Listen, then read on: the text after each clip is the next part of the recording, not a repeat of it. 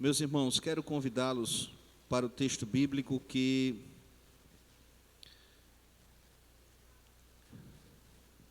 encontra-se na segunda carta de Paulo aos Coríntios, o capítulo de número 4.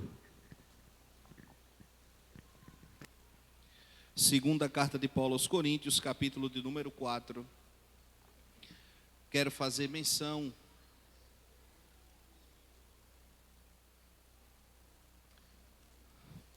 como o tempo é corrido, vamos fazer menção apenas do 16 e do 17, está escrito: por isso não desfalecemos, mas ainda que o nosso homem exterior se corrompa, o interior, contudo, se renova de dia em dia, porque a nossa leve e momentânea tribulação produz para nós um peso eterno de glória muito excelente.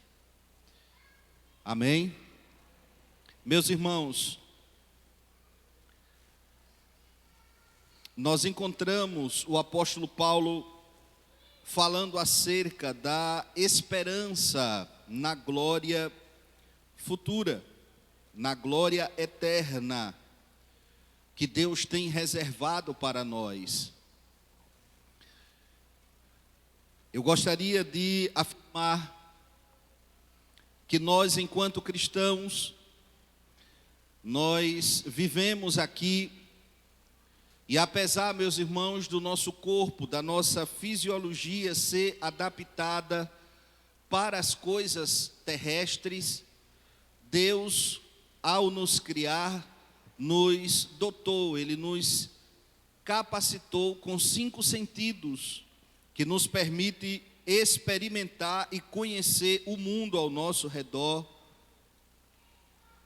É a porta de acesso nosso para compreender melhor e interagir com o mundo que nós vivemos, com o ambiente. Mas Ele não nos fez apenas um ser físico, Ele nos fez também um ser espiritual. De modo que, para além do que é visível, existe também o que não se pode ver. Para além do que é palpável, perceptível, existe também a realidade do mundo espiritual. E por isso Deus nos fez um espírito, para que, como seres espirituais que habitam num corpo carnal, nós possamos ter condições de nos relacionarmos com Ele, uma vez que Ele próprio é Espírito.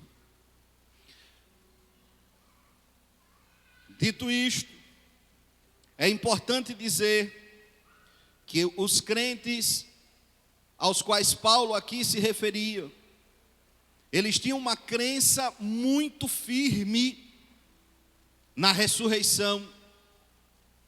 Aqueles crentes, eles tinham, meus irmãos, a vida deles, ela girava em torno desta crença de que o céu é real, de que Jesus foi mais que um homem, mais que um profeta, mais que um sacerdote, que Ele era o próprio Deus encarnado em forma humana, que Ele ressuscitou ao 3º dia, vencendo a morte. E a realidade da ressurreição de Cristo, meus irmãos, para aqueles crentes era algo tão concreta que eles tiveram coragem de dar sua vida por esta verdade. Nós sabemos que muitas pessoas morrem em nome de um falso ensino, de uma falsa crença. Hoje em dia é popular no mundo inteiro, algumas pessoas amarram uma quantidade de explosivos no corpo e em nome da sua crença se suicida e mata muitos. Mas o que nós vemos acontecer no período apostólico é diferente. Uma coisa é morrer induzido por uma crença falsa, diga-se de passagem.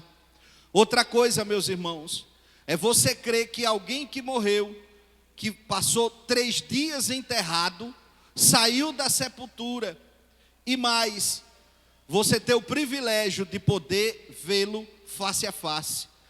Como Paulo diz lá em 1 Coríntios 15, que uma vez por mais de 500 irmãos Jesus foi visto.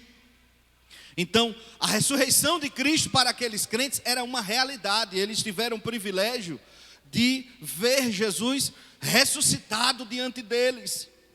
E aquela ressurreição de Cristo gerou neles uma esperança poderosíssima quanto à realidade da ressurreição deles também, para herdar o céu de glória que o Senhor para nós foi preparar.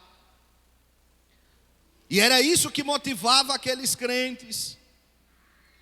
E eu quero nesta noite, nestas rápidas palavras, dizer àqueles que me ouvem através do canal AD Rio Largo e os irmãos que estão aqui presencialmente no culto, eu quero afirmar a todos que, apesar dos sentidos nos permitirem experimentar as coisas da terra, apesar de nós termos este contato tão próximo com o que é natural, mas se somos salvos em Cristo, não podemos esquecer nunca, meus irmãos, que nós temos um relacionamento com Deus que é para além desta vida terrena que nós vivemos.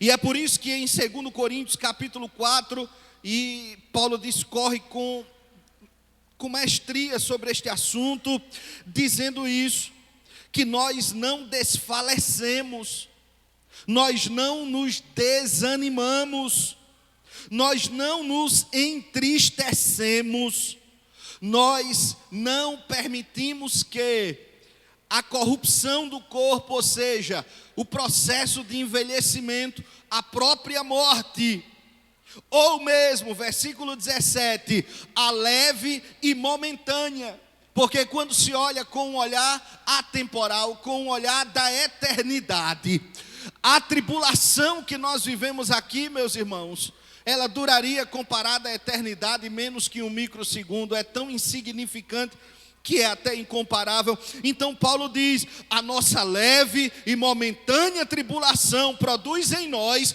um peso eterno de glória muito excelente. Então saiba disso, que se você está em Cristo, como Paulo escrevendo aos Romanos no capítulo 8 e o versículo de número 23, aqui mesmo em 2 Coríntios no capítulo 5, versículo 5, ele diz: ora, quem para isso mesmo nos preparou foi Deus, o qual nos deu também a garantia do Espírito. Então Deus nos deu, meus irmãos, uma garantia de que o céu para nós é uma realidade, de que o propósito de Deus para a sua vida é transcender, é ir além, ultrapassar esta vida material. E o texto bíblico é claro dizendo, para que nós nos apropriemos, para que nós tomemos posse desta realidade, que é esta esperança nesta glória futura, nesta glória eterna.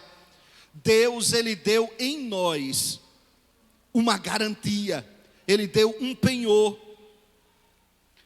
A palavra penhor, meus irmãos, hoje o que nós temos mais aproximado disso é um bem que você dá como garantia de um empréstimo.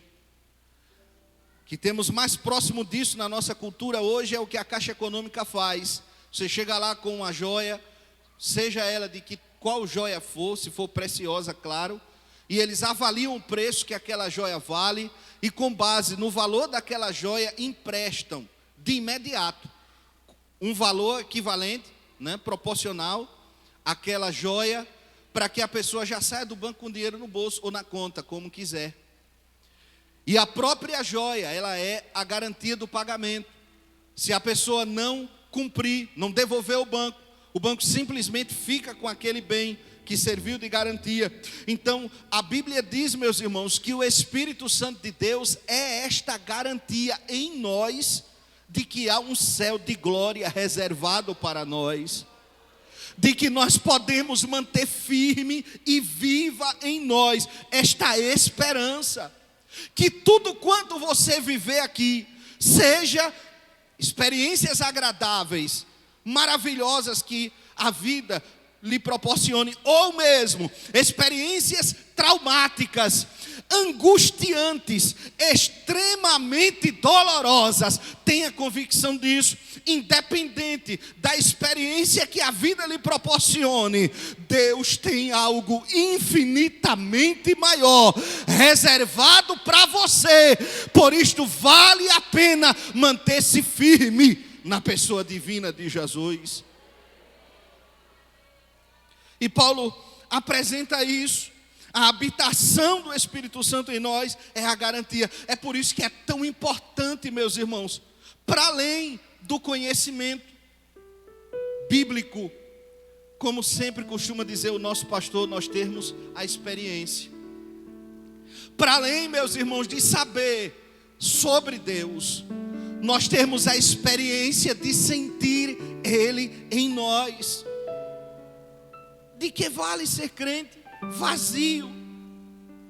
De que vale, meus irmãos, ser crente se o sobrenatural de Deus não for uma realidade para nós?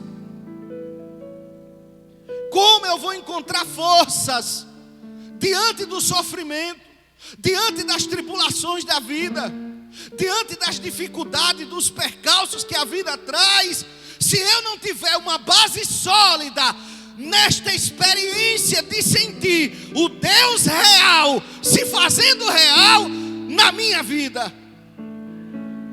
É por isso que tem tantas pessoas que facilmente se desesperam. É por isso que tantas pessoas facilmente desistem. É por isso que tantas pessoas se embaraçam com as questões desta vida e erram o caminho, porque os tais não têm neles a habitação do Espírito, a presença gloriosa do Espírito ali, operando continuamente, como disse Jesus, quando em João capítulo 14, 16 e 17, já citei inúmeras vezes esse texto, porque eu acho ele lindo, quando Jesus disse que é o Espírito da verdade, que o mundo não pode conhecer porque não vê, também não tem percepção para ele, mas nós, os salvos, o conhecemos. Por quê? Porque ele habita em nós e estará com.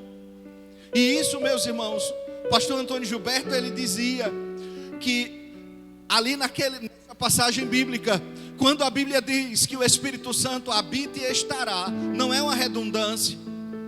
Habitação fala de propriedade, dele ocupar o espaço, da tua vida ser o palco onde a glória de Deus se revela. E a segunda questão, e estará com, fala de presença de Deus, da manifestação do sobrenatural. Então eu quero nesta noite, já concluindo esta palavra, encorajar você a buscar do Espírito Santo esta convicção, esta certeza da presença dele na sua vida. Busque isso, ore especificamente por isso, se você ainda não tem essa experiência. Que diga-se de passagem, eu não entendo como um crente salvo não tem essa experiência, porque, meus irmãos, em tese, a própria experiência da conversão já é, por excelência, uma experiência de Deus se revelando na vida do descrente, do pecador. A experiência da conversão, do novo nascimento, por si só, já é uma experiência extraordinária de Deus atuando na tua vida, do poder do Espírito Santo, como a palavra já diz, santificador, exercendo influência na tua velha natureza, mortificando ela, te capacitando, te habilitando a estar em nova vida na presença de Deus. Então, à luz das Escrituras, todo crente que já nasceu de novo, todo crente que já experimentou o poder regenerador do Espírito Santo através da salvação, do novo nascimento, este crente deve sentir a presença de Deus real nele. E eu concluo lhe encorajando. Está sem direção, crente? Está sem saber o que fazer na tua vida? Se sente só? Está angustiado? Mergulha na graça. Se humilha nos pés de Jesus. Deixa o Espírito de Deus inundar a tua mente. Deixa Ele tocar a tua alma, as tuas emoções. Deixa o Espírito de Deus produzir em você emoções como fruto da sua graça, de modo que você experimente a presença viva dEle, e você entenda que a nossa fé não é um conto, não é uma história, não é uma utopia. Nós cremos na presença do Deus vivo, do Deus real, do Deus que transcende a naturalidade das coisas humanas e revela em nós a preciosidade da sua presença. Então seja cheio do Espírito e permita que a graça inunde a tua vida para que você se mantenha forte com Cristo. E eu agradeço a oportunidade em nome de Jesus.